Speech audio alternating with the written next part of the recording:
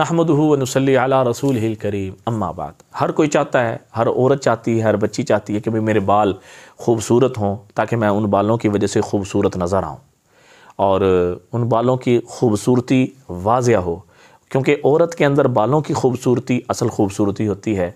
दो मुँहें होना, दो मुँहे बाल हो गए हैं जी, तीन, किसी के तीन निकल रहे हैं, तो ये कमज़ोरी की अलामतें होती हैं। अब इसको यानी खुश्की दूर हो जाए और जो दो मुँहे बाल हैं, तीन मुँह बालों के निकले हुए हैं, हाँ जी, उनके तीन जो है ना जी रुख बने हुए हैं, वो बाल ख़त्म हो जाएं तो अल्लाह पाक इन सारे बालों को दोबारा से अच्छा कर दे। तो उसके लिए बेहतरीन अमल मैं आपके लिए लेकर आया हूँ।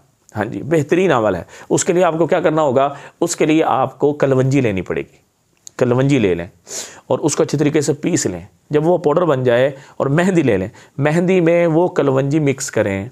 यानी मिसाल के तौर पे दो हिस्से मेहंदी है तो एक हिस्सा कलवंजी लें। कलवंजी लेके उसको अच्छे तरीके से मिक्स कर लें। जब वो अच्छे तरीके से लगाने के काबिल हो जाए, 3 अल्लाह के नाम है, या अल्लाहु, या बारिउ, या सलामु, ये 313 मरतबा दम करें। 313 दफ़ा दम करें और महीने में 3 दफ़ा इसको लगाएं। तो अल्लाह के फजल करम से इस तरह मेहंदी को इस्तेमाल करने से, कलवंजी पर दम करके और मेहंदी पर दम करके और उसको इस तरह इस्तेमाल करने की बरकत से अल्लाह पाक बालों की खुश्की भी ख़त्म कर देंगे और जो दो मुँहे तीन मुँहे बाल होते हैं अल्लाह पाक उनको भी बिल्कुल दुरुस्त कर देंगे इस अमल की बरकत से।